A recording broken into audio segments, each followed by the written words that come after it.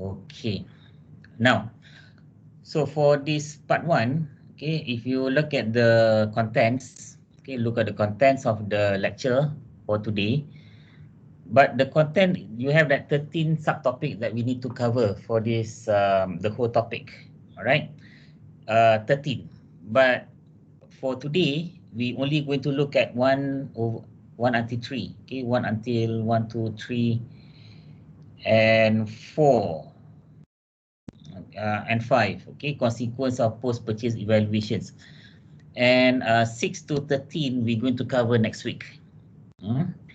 If you look at the contents, from 1 to 5 is about the behavior.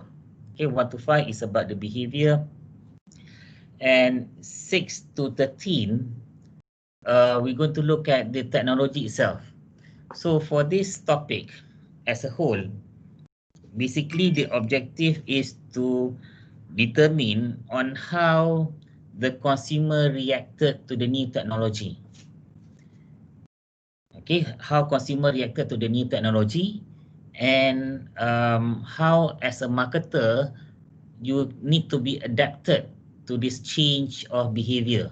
Okay, because of technology, there's a change of behavior, then there's a change of consumer behavior, and the most important thing is how you as a marketer need to react, how to respond, how to adapt to those change in behavior. All right, because last week we talked about innovation. We talked about consumer who are innovative, consumer who are laggards. So different type of consumer. But for this week, we're going to look at the technology itself, and we're going to see how consumer reacted to this change in technology. Okay, so because we need to, as a marketer, we need to adapt to the current technologies, and for particular in consumer behavior, we need to understand the behavior of the consumer in reacting to the advent of new technologies. Okay, right. You go to the next slide. Okay, next slide. Post purchase. Okay. We zoom in straight to the post purchase, means after the consumer had made the purchase. Why? Because this is where, okay, this is where the consumer had contact with the product, had contact with the brand, and how the what is the reaction of the consumer with your brand. Meaning after they have used the product, they have seen the product, they have used it, then what is their reaction? And why this reaction is so important? Because this is determine whether the consumer will buy this product again. They're satisfied with the product, they will buy again. Or is there any complaint? Okay, this is quite dangerous. When if they after they use the product, then they may not be satisfied with the product, they may complain. If they complain to you, then okay, because you got the feedback, then you have the opportunity to remedy or to overcome the complaint. But what if the consumer complain to their friends and families? What if the consumer complain in the social media? Then how do you respond to this? Okay, those are the things that we're going to look at this lecture. Now, we're also going to look at how consumer react to new technology. Okay, the second part of this lecture, part 2, next week. How consumer react to the new technology so marketers can better equip, okay, to adapt to this development. When I talk about marketers, I'm talking about you. Okay, because you are the future marketers, or you are not currently a marketers. Why? I'm sure some of you, or most of you, are doing your own business right now, either online or offline. Whether it's small scale or big scale, doesn't matter. Whenever you are having your own business, you're selling your own product, or you're being selling as a drop ship in whatever, you need to market your service, right? So you need to equip yourself with the development in the technologies, right? So you taklah nanti orang kata setiap kali nak market dekat Facebook, market dekat Instagram only. So you need to widen your horizon. Okay, next slide. We're going to look at how the consumer evaluate the quality of your product. Okay, because the moment the consumer buy your product, use your product, they must have some opinion about the product. They must have feel something about your product. They must have some reaction to your product. So how do they evaluate? Okay, evaluation, as we know, is a cognitive process. Okay, evaluating for example, like you are learning about this topic, about this subject for the whole semester.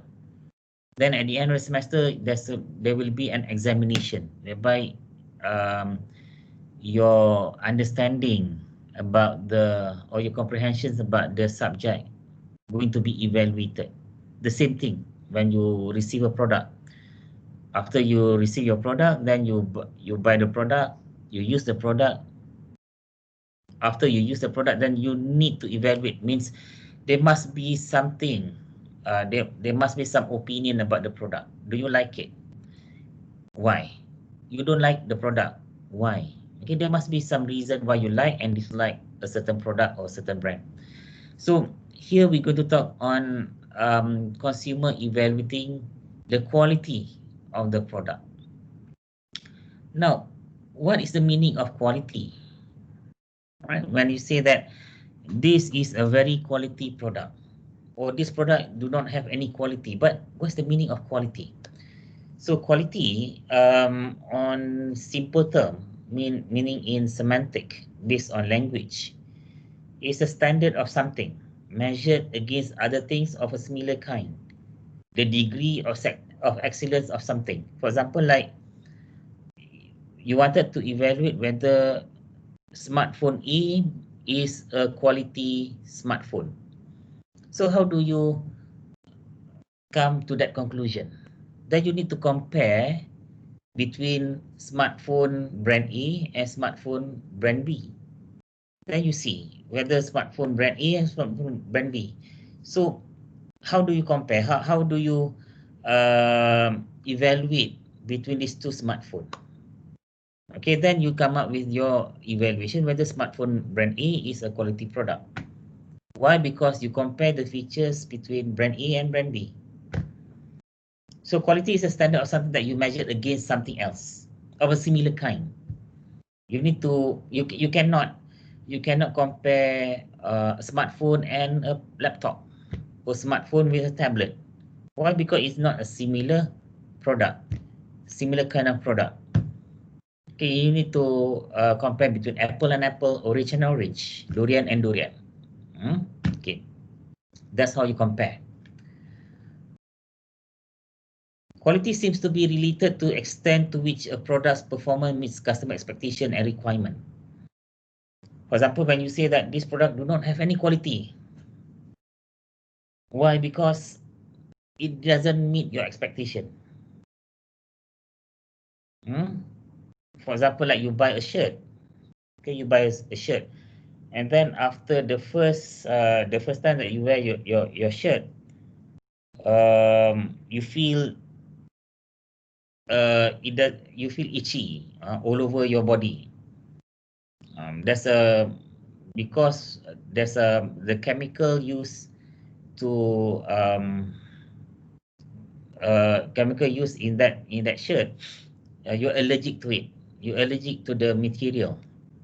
So you said it's no quality. Why? Because that shirt doesn't satisfy your requirement, doesn't satisfy your expectation. You buy a new running shoes. All right, you expect that running shoes can, you can run at least 500 kilometers with it. But after 10 kilometers, all tanggal.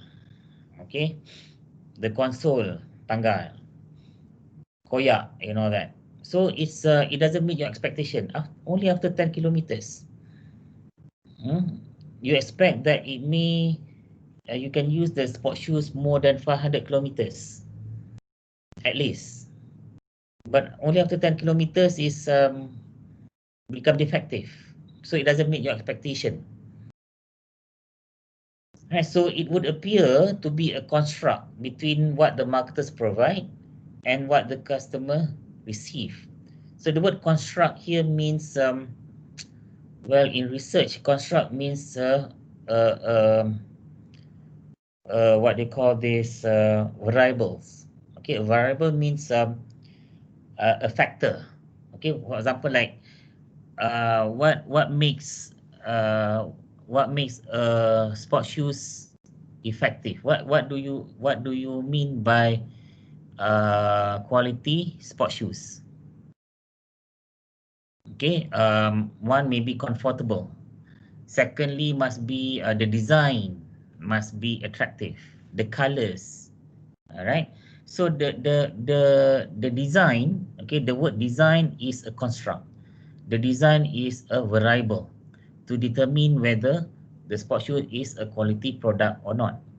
So when you look at the slide, the word construct, okay, means the factor. Okay, the factor which makes a factor that you consider whether the product is quality or otherwise. All right. Any question as at this stage? Ada soalan? Any question? Tak ada. Alright. Next slide. Post-purchase evaluation.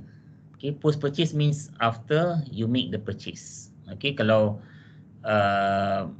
before you make the purchase is a pre-purchase. If after you make the purchase is post-purchase.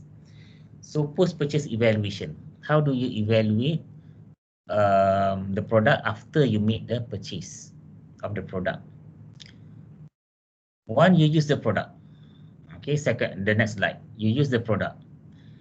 Then you compare the actual benefit from use which expected benefit pre-purchase. Meaning, for example, like you buy a sport shoes, for example, a running shoes.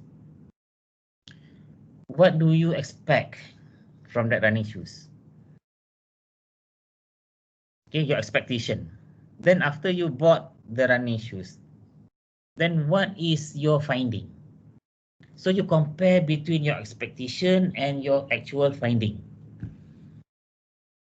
Okay, you will have at least three. Okay, three result. One is benefit do not meet expectation. After you expect that running shoes will be comfortable, like a glove. Okay, like a glove.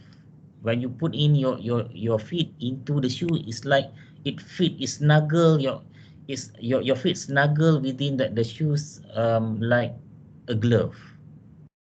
Okay, but when you wear the shoes, it doesn't feel comfortable at all. Okay, maybe about the material. So the benefit do not meet your expectation. So if the benefit do not meet your expectation, then you got the negative disconfirmation. Okay, meaning you confirm that this product is not meeting your expectation. Or it just meet your expectation, mean you thought it is comfortable. Then you wear the shoes, yes, it is comfortable. So you got the satisfaction. Why? Because your expectation was met. Okay, you expect the shoes to be comfortable, and when you wear that shoes, yes, it meet your expectation. That's maybe the second result of your evaluation. The third result is the benefit exceed your expectation. Meaning to say, you expect a reasonable running shoes to be comfortable when you're running. It doesn't, your ankle doesn't feel hurt after your running session. But when you wear that shoes, then you go for 50 kilometers running, and it exceed your expectation. For example, like previously, okay, when you from your previous purchase of running shoes, maybe for 50 kilometers you run, let's say, 8 hours. Okay, 8 hours for 50 kilometers. But when you wear that shoes, um, you can run, let's say, 6 hours. Why? Because it's so comfortable. It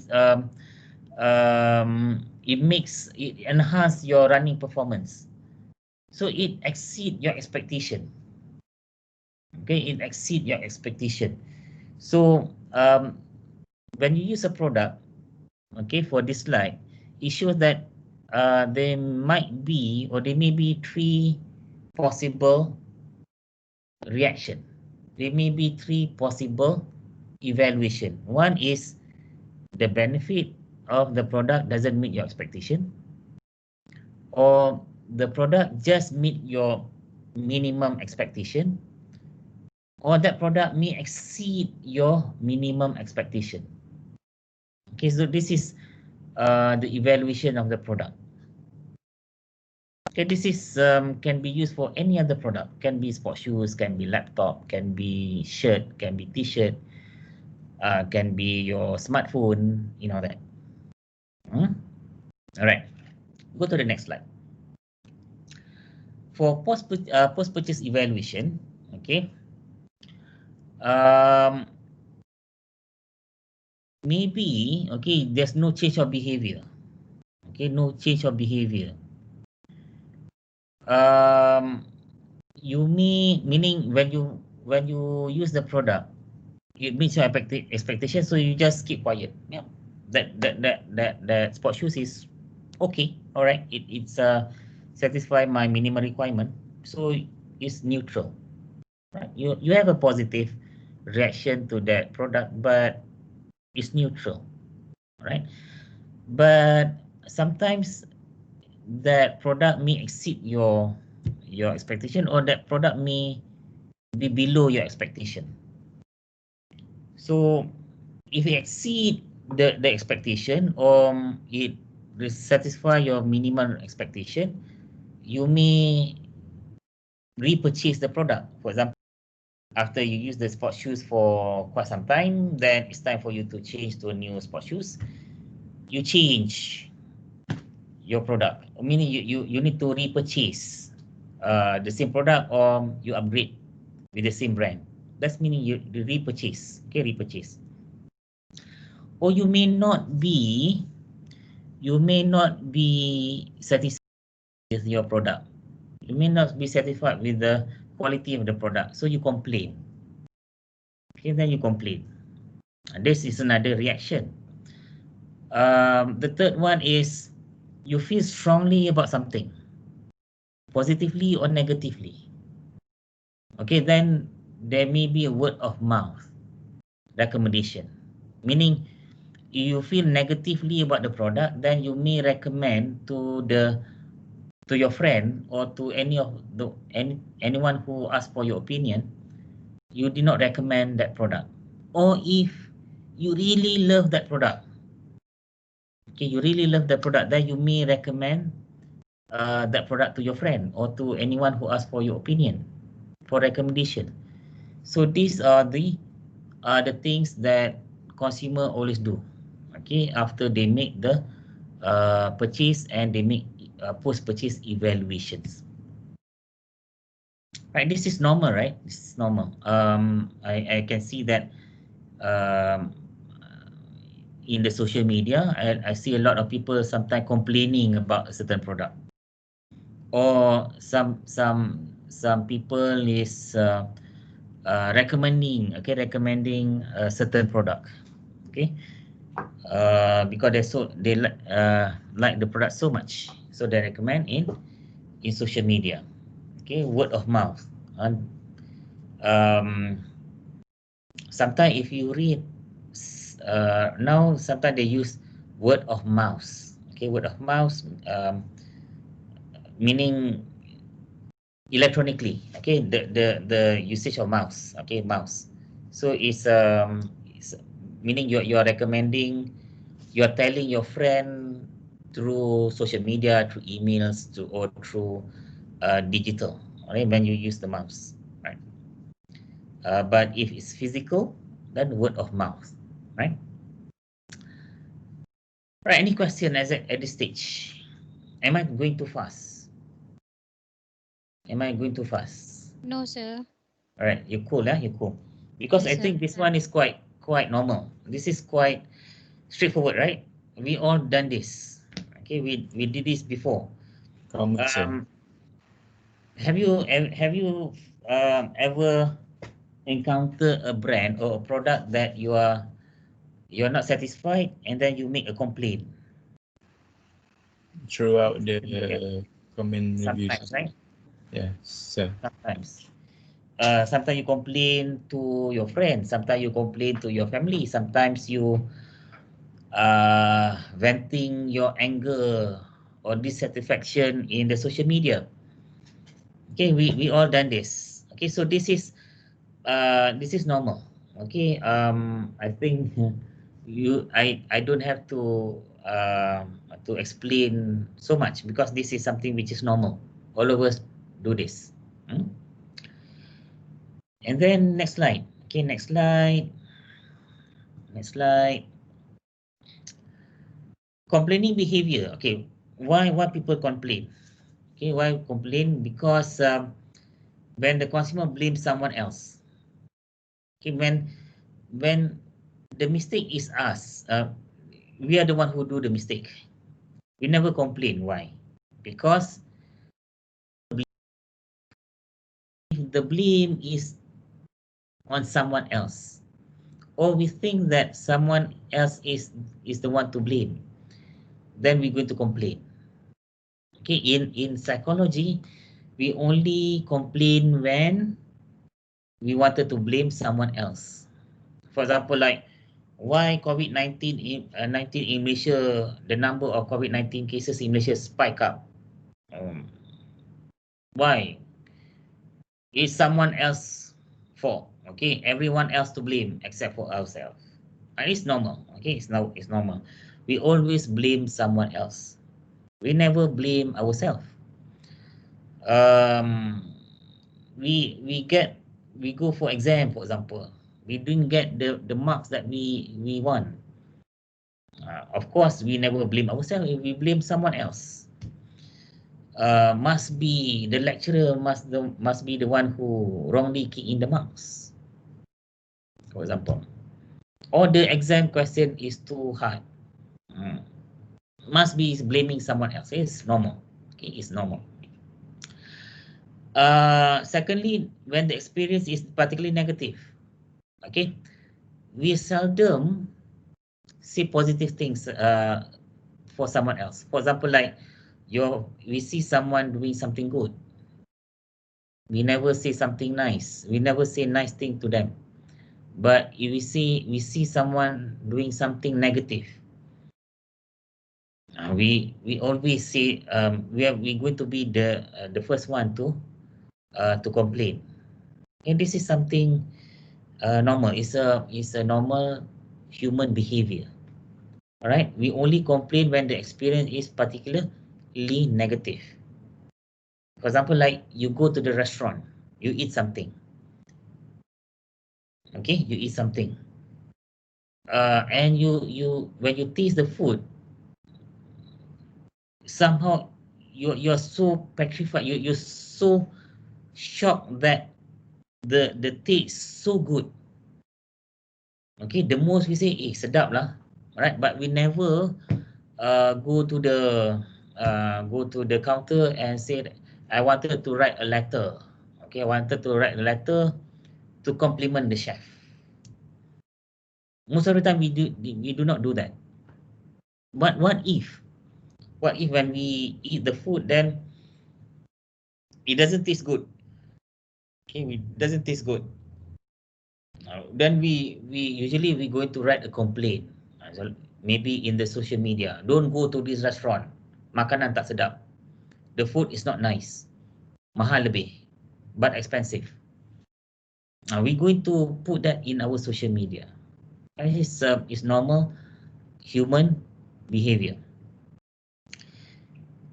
The third normal human behavior is we will only complain when we think that there is a chance of redressing or overcoming the complaint. Meaning, when we feel that there is a chance, the high probability of your complaint can be solved.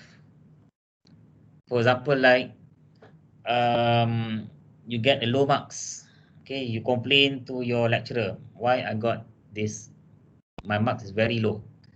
Why? Because subconsciously we think that the lecturer may hike up our marks. Okay, there's a opportunity to change the mark to a higher mark. All right. But if you think that there's no chance of redress, there's no chance of your complaint will be remedied, your complaint will be heard of, then you will not complain. And this is a basic human nature, human behavior. It's normal, even for me. Okay. There are things that I think it is not worth it, so I won't complain. So the most I say that, okay, next time I won't do this again, or next time I won't go to this place again. Why? Because even if I complain, nothing will be done, nothing will happen. So there's no use to complain. Tak guna. Alright, sia-sia, wasting my energy, wasting my time. So if I think that even if I complain, there will be no action taken to remedy my complaint. So basically, I will not make the complaint. I just keep quiet. I just keep to myself. But if it is a restaurant, I won't go to that restaurant again. Okay, I'm done with that restaurant, for example. So complaining behavior will only occur if there is a three situation. One, when the consumer wanted to blame someone else, usually the seller, or the experience is negative. Okay, definitely we go only to complain when there's a negative experience. And thirdly, consumer will only complain when they think that the seller will do something, will take action against the complaint or to remedy the complaint, okay, to do good about the complaint. So this is complaining behavior. All right. And how do you manage complaint? Okay, let me ask you, if someone complain about you, how do you manage your complaint against your product? What do you propose? To improve our product. Improve your product. All right. What if you let's say your product you have a presence in Twitter, for example, in social media, and someone complain about your product in the social media. How do you manage this? You know that in social media everyone can see, okay, the complaint. Your product not worth it to buy. Okay, it's no quality. Don't buy this product. So how do you manage this complaint in the social media? Kita komen balik.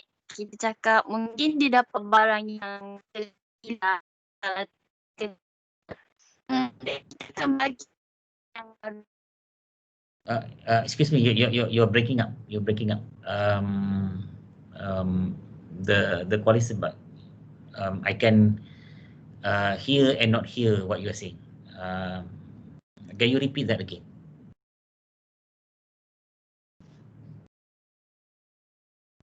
Boleh tak ulang balik? Fine. How? minta maaf Jika anda mendapat barang yang salah, Mhm. kan Mhm. ada Mhm. Alright, apologizing for the bad experience is a good policy. But do you wanted to have that discourse? Do you wanted to have that conversation in the public? Meaning in the comment section where everyone can see your exchange of comments with your customers. Nope, Why? tak sir. Kenapa? Sebab dia akan macam produk kita akan nampak buruk lah kat situ. Sebab ada komen negatif, dekat situ. Alright. Okay. Sometimes when you have a good comment or bad comments, it makes your product looks real. Okay. Why? Because if everything you only see positive comment for your product, somehow it doesn't look real. Okay. Kenalah ada sedikit here and there orang komen. So your product nampak real, meaning your customer is real person. You're not fake, right? You're not fake. Meaning you're being honest. Okay, you're being honest because for example, let's say you delete all the negative comment in your social media. It also not that good. Why? Because it makes you looks real. It give the message to those who complain. Okay, those who complain, then suddenly they see that their negative comment or their complaint being deleted. Okay, then you have that double blow already. One, your customer is not satisfied with your product, then he made the complaint to your social media, then you delete that comment. And then it double blow. And double blows meaning first they do not satisfied with your product. Secondly, they do not satisfied that you delete their comment. Somehow you're not concerned about their feelings. You do not care about your customer. So what I'm trying to say is you cannot discard. You cannot dismiss the complaint. But how you manage the complaint is the best thing. Meaning, if you receive a complaint, you may wanted to say that, apologize for your negative comment or negative experience, but please direct message us or send your grievance. Please send your complaint or whatever is your issue to direct message. Please privately send your grievance to me. Then we're going to look into this matter. So this is usually is the best policy, meaning you acknowledge that there is a problem, you acknowledge that the consumer may have an issue with your product. Then you show that you care about their feelings, you care about their complaint, but ask them to go to a private domain, send you a private message. So whatever future correspondence between you and that grievous customer is between you and that person. So you don't need to get, or you do not need to debate with your consumer in the public. Okay, don't wash your linen in the public. Jangan basuh kain baju kotor di depan orang ramai. Okay, so this is how you manage your complaint. You need to acknowledge that there is a problem, but ask them to go a private message, whereby you can deal with the consumer privately. All right. Is there any downside in encouraging complaint behavior? Meaning, let's say you acknowledge there is You acknowledge complaints against you from time to time. And suddenly you receive a barrage of complaints, numerous complaints against your product. So is there any downside in encouraging complaint behavior? Meaning setiap kali orang complain kau layan. Ada orang complain kau layan. You're encouraging your customer to complain. Is there any downside? Ada tak negatif reaction kalau kita memberi galakan kepada customer untuk complain? Ada tak apa-apa negative reaction atau negative implikasi, negative implication if we encourage consumer to complain? Ada tak? Supposed to be no, sir, because the complaint can be a good enhancer for the product to grow further, sir. Correct. Meaning, it gives you maybe like a free advertisement. When people complain about you, suddenly from people doesn't know about you, then when the complaint against you goes viral, then suddenly everyone knows about you. Is it? Become viral. Ada juga macam tu, sir. Ada juga. There's no such thing as bad publicity, right? Publicity, but how do you handle that bad publicity is the most important thing. Macam marketing club, dia buat dia buat aktiviti daripada orang tak tahu, ada orang komplain, and then semua orang tahu about marketing club punya activities. Dia tolong viralkan. Tolong viralkan. Terima kasih lah. Terima kasih. But how do you handle that complaint is how you supposed to take care. Alright. Now,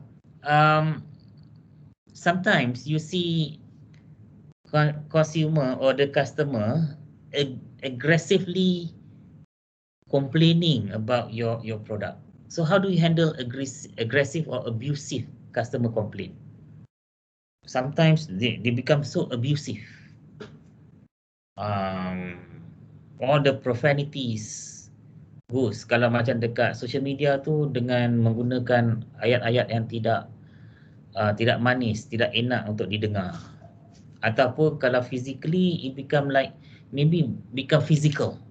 So how do you handle this aggressive and abusive customer complaint?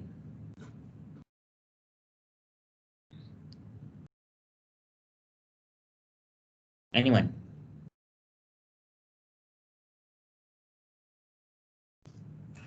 Just give it with a Promotion, response. sir. Promotion. Macam mana awak nak dia tengah abusive tu, awak nak promote apa lagi? Macam mana awak nak promote Nur Faridah ni? Kita macam bagi voucher lah based on apologize service yang tak elok tu. So nanti bila diorang macam yelah, memanglah ada certain customer memang dia akan ada masa dia abusive tau. Tapi bila macam kita bagi dia voucher untuk next purchase ke apa ke, nanti macam dia akan reda macam tu lah. Dia cair. Dia dia reda. Alright, okay. Yes, correct. But when I that one is if it is a normal complaint. Biasalah orang marah-marah, right? Complain and marah-marah is normal. But when I said about aggressive and abusive, aggressive and abusive ni macam dia beyond normal. Macam abusive ni macam it can be through abusive language or abusive it can be physical. Maksudnya dia become physical. Dia macam mungkin kalau physical tu mungkin menjerut leher awak, something like that, ataupun menggoncang-goncangkan badan awak, shake your body, something like that. No, dia become physical. Dia touch you, that, tolak awak, that. That is abusive. So how do you handle this? Takkan nak bagi voucher? Nah, awak kena tolak kepala lepas tu nah voucher. Is it?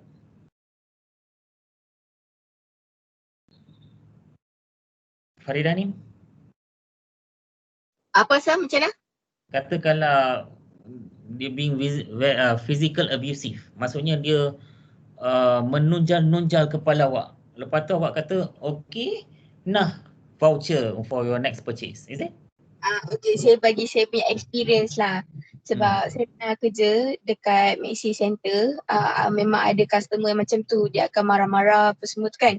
So macam macam mana yang cakap, ada 2 station lah. So macam ada macam masa saya kat Maxis dulu, bila ada customer macam tu, dia akan kita akan bagi dia macam akan suruh dia cakap okay, kita based on sorry.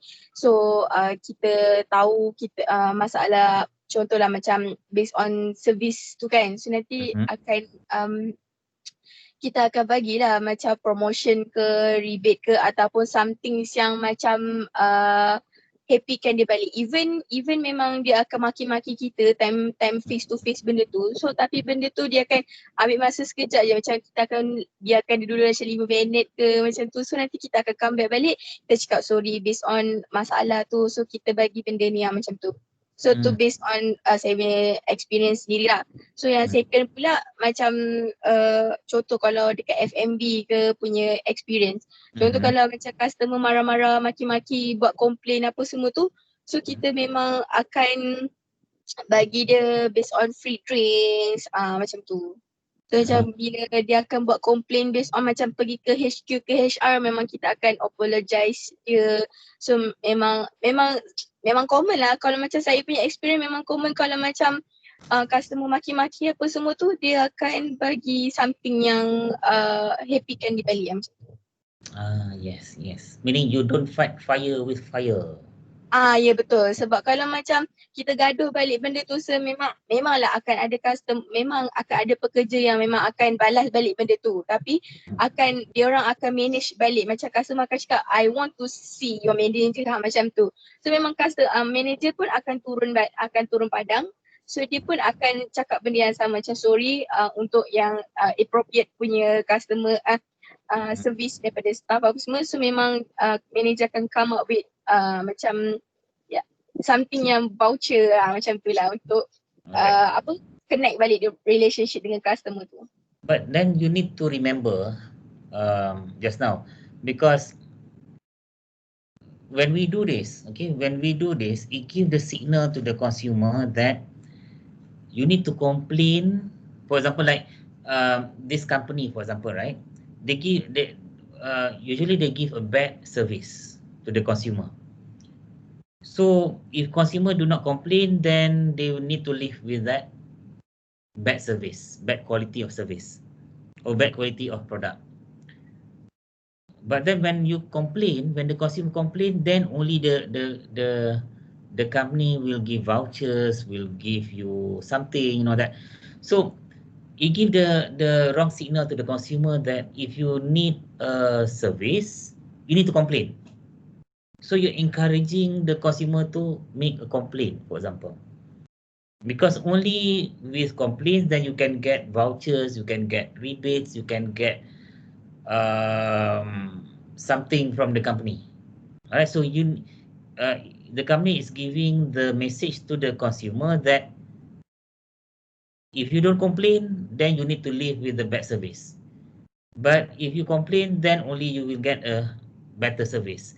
So this is something that as a company, as a marketer, you need to be a bit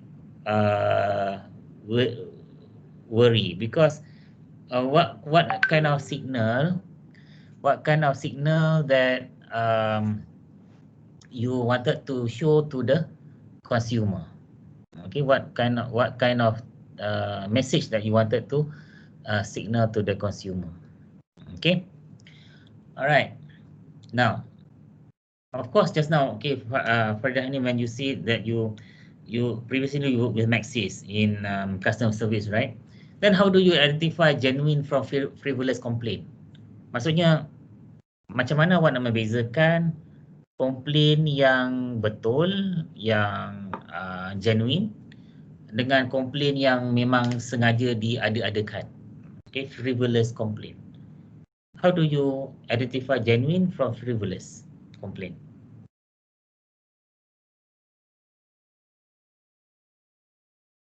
Macam mana awak nak tahu benda komplain tu betul-betul based on benar-benar berlaku ataupun sengaja diada-adakan? Selalunya kalau macam nak tahu benda tu kan, kita akan dengar daripada dua pihak tau. So tak macam daripada staff and juga customer. So macam tak fair lah kalau kita just tahu based on customer sahaja. So memang obviously kalau macam ada komplain, memang akan ada macam team leader or manager akan tanya dua-dua belah pihak dulu. And kalau ada CCTV memang dia orang akan check by CCTV lah betul tak benda tu berlaku. So kalau benda tu macam pekerja pun mengaku and dapat komplain daripada customer and benda tu genuine lah. Kalau tak ada bukti or any proof, kita akan anggap benda tu dibuat-buat, fake. Alright. So you're right. But if you go to the next slide, it gives some structured method of determining whether that complaint is genuine and frivolous. So you go to the next slide. First, you look at the complaint. Okay, the complainant need to explain the problem. So you ask, okay, the first thing is you ask the complainant to explain what's the issue, what's the problem, and then after the consumer complain, you hear about the complaint, then you ask yourself, does the complaint sound reasonable? Ke apa yang dia cakap ni, munasabah ke apa dia cakap ni? And then is there any corroborating evidence? For example, like you're looking at your CCTV, for example. So you're looking for corroborating evidence, bukti yang menyokong apa yang diadu ataupun aduan yang dibuat oleh customer tadi. Corroborating evidence. Corroborating evidence means bukti yang menyokong, right? Corroborating evidence. So you compare between the evidence and then you compare that with the complaint, whether it match. Okay, and then after you do this, you may see that, oh yes, okay, yes, then it is a real complaint. Okay, it is a real complaint. Then you make amendments. You correct the complaint, means you redress, you make up with the, let's say if the product is defective, for example, maybe you wanted to exchange with a new product. But after looking at the complaint and then compare that with the evidence, then you find that the complaint is not reasonable. The complaint is not corroborated. So what you do? You look at the evidence. Okay, you look at the product. For example, let's say that the customer come to you saying that the product is defective. So you look at the product. Is the product been tampered with? Meaning, it is an inherent defect? Meaning the defect or the mistake was done while producing the product at the factory level. Masa buat produk tu memang rosak kat situ. Ataupun is the customer who's the one who tampered with the product. Maksudnya dia dapat produk tu, dia rosakkan untuk dapatkan ganti rugi. To get just untuk menyusahkan awak. So product, whether it been tampered with or it is an inherent defect, then you will see there will be two results, yes or no. If there's no evidence showing that it is an inherent product, then it is a frivolous complaint. Okay, and then you just reject the complainant. Oh yes, okay, yes, you can find that it is the consumer who the one who tampered with the product. Then you say that this is fraudulent complaint, meaning aduan yang diada-adakan. And also you can reject the complaint as well. So this is the structured method of handling your complaint. All right. Now, next slide. Cognitive dissonance. Cognitive dissonance means whereby you having this psychological psychological tension. Why you have this tension? Because you have two conflicting ideas at the same time. Okay, you have two conflicting ideas at the same time. For example, that you have the idea that you must not steal. Okay, you must not steal. You must not take something which is not belong to you. Okay, and then one day you go to the supermarket, for example, or you let's say one day you ordered food, okay, from Foodpanda. You ordered one item A, B, and C. Okay, and then you pay for item A, B, and C. Okay, the amount. Okay, item A, B, and C. Then when you receive the food, you open the box, you open the package. Suddenly you see there is item A, B, C, and D. An extra item D, which you have not paid for. So now you are in the dilemma. Are you going to eat item D as well? Why? Because you have not ordered item D. You have not paid for item D.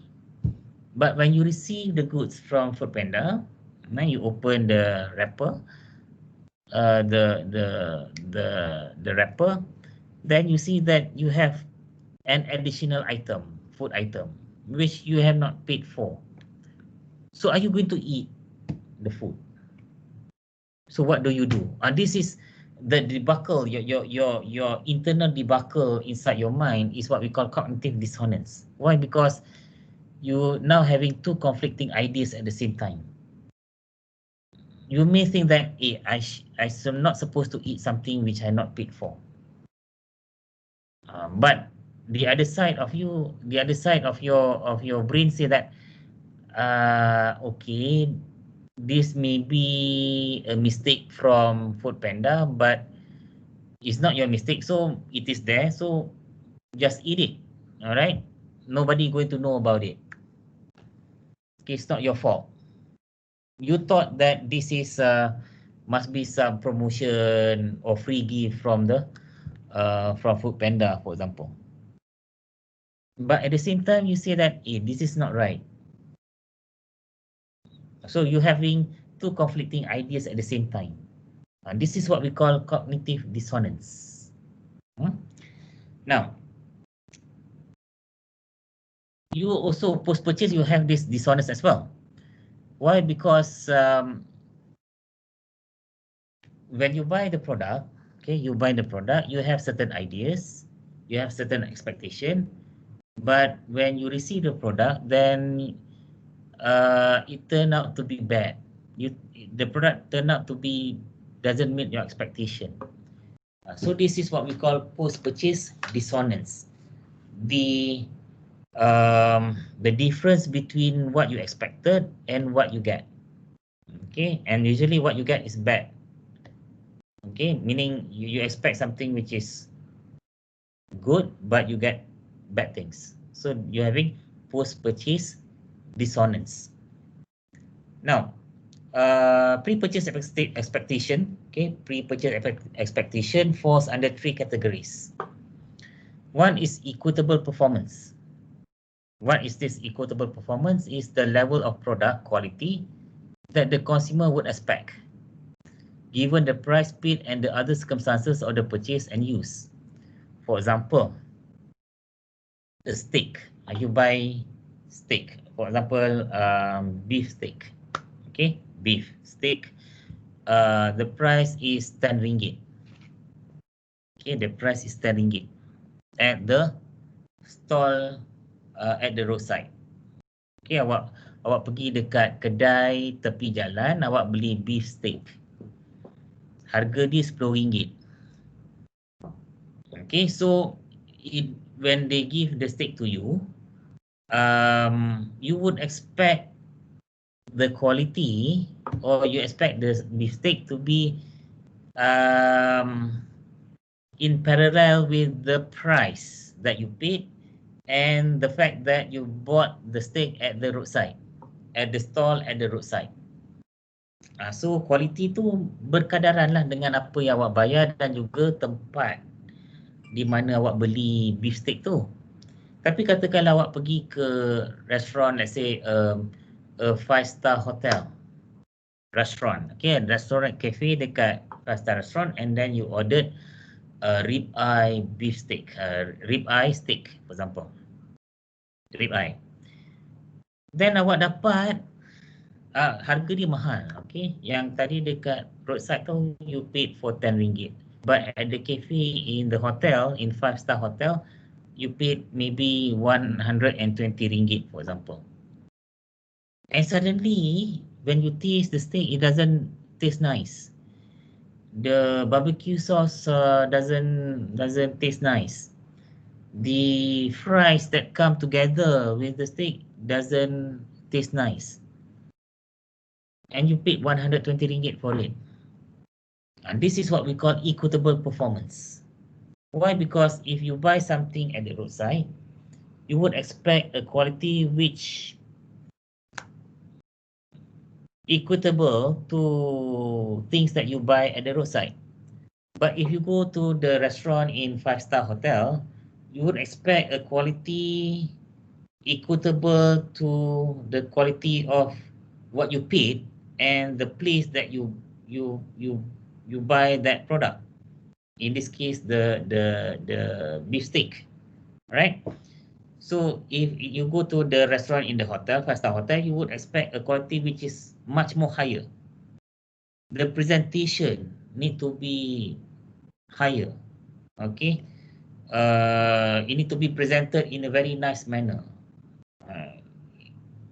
Okay, it must be served in a very decorative plates, for example. The fork and knife should be of high quality. The taste of the steak must be of high quality. The fries must be of high quality. And this is meaning of equitable performance. It looks at the price and the other circumstances of the purchase and use. In this case, place and the price. And the ideal performance. Okay, ideal performance means the best possible outcome of buying a given product. For example, let's say you buy this marker, this pen, for example.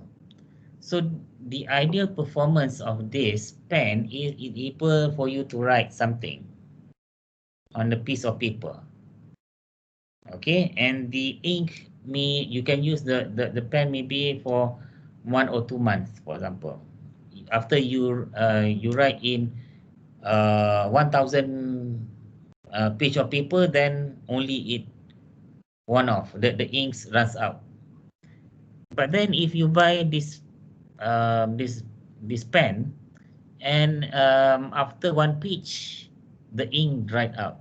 Okay, so it's not an ideal performance. Okay, that is the meaning of ideal performance. Means the best possible outcome of buying a given product. What is the purpose of that product? What is the use of that product? And the expected performance, the level of product quality that the individual anticipate. Meaning, what is the expectation of that product? What is the expectation of this pen, for example? What can you use with this pen? What can it be done? Okay, what can you do with this pen? How many pages can you write? Okay, what is the price? What is the quality of the color? Okay, is it going to look nice? All those things, your expected performance. So before you purchase a product, you have 3 types of expectation. Okay, equitable performance, ideal performance, and also expected performance. Okay, this is normal. Okay, this is normal. And the level of dissonance, meaning the difference between your pre-purchase expectation and the actual experience depends on the following factors. Okay, next slide. The degree of divergence between the expected outcome and the actual outcome. Meaning, if your expectation is about this high, and then if the outcome is about this high or this high, so the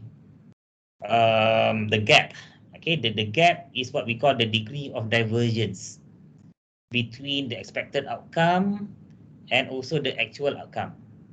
Okay, the different is what we call the divergence between the expected outcome and the actual outcome.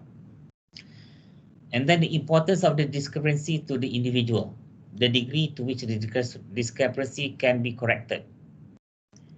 Meaning to say, let's say you buy a steak, okay? You say that you need to be well done. Okay, well done. Then when it comes to you, when you get the steak, you eat it, it become raw.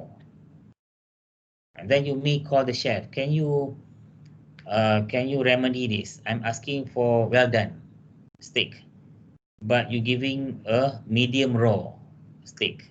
So can you remedy this? Okay, all right. So this is what we call the discrepancy that can be corrected. And the cost of the purchase in terms of time, money, and risk. Okay, the cost of the purchase. For example, like just now, if you go to a restaurant in 5-star hotel, then what kind of level of expectation? If you go to a stall at the roadside, what is your level of expectation? Okay, that is the level of dissonance. Okay. Now, individual, okay, based on behavior, based on research, individual will try to reduce his dissonance wherever possible. For example, like if you buy something, then that product doesn't meet your expectation. So there is a dissonance between the actual outcome and the expected outcome. So normally, based on behavior, individual will try to reduce this dissonance. We try to reduce this the gap between expected outcome and the actual outcome. Okay, they try to reduce the gap, and this is normal. So you look at the next slide. Okay, expectation. Then you have post-purchase evaluation. Means after you purchase, you have before you purchase, you have some expectation. Then after you purchase the product, you have evaluation, post-purchase evaluation. So you're going to pecah kepada dua. If you met the expectation, there's a dissonance. Okay, means you satisfied. Dissonance. There's no gap. Okay, because the expected outcome and the actual outcome is the same. So there's no dissonance. That is expectation met. Okay, that means consonance. So if the expectation not met, then there's a dissonance. Okay, so that is the outcome. So how do you reduce this dissonance? How do you reduce the gap between the expected and the actual?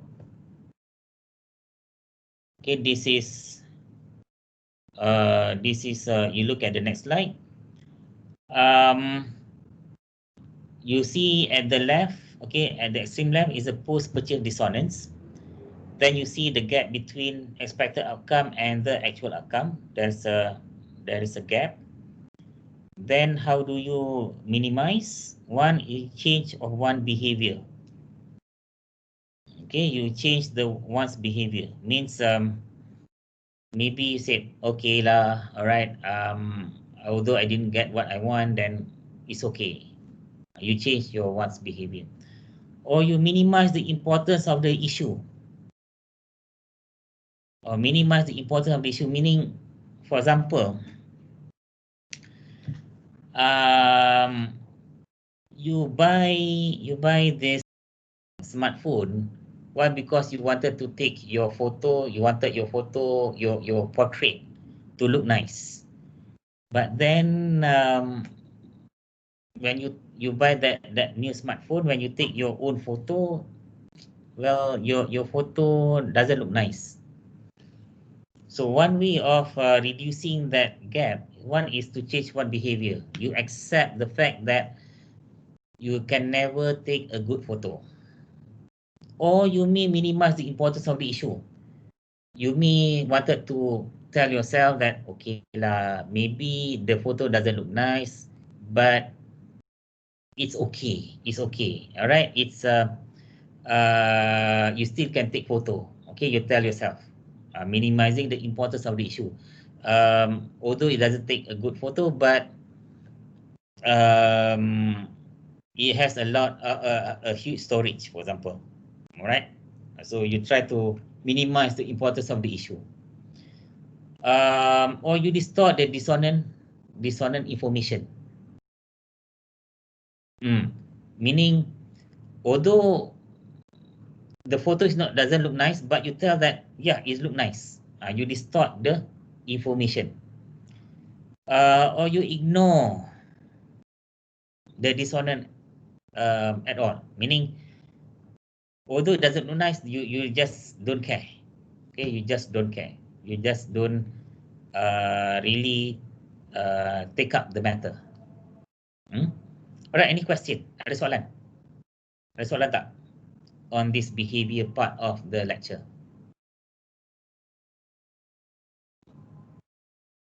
Ada soalan? Any question? Me no, sir. No question. Alright, cool.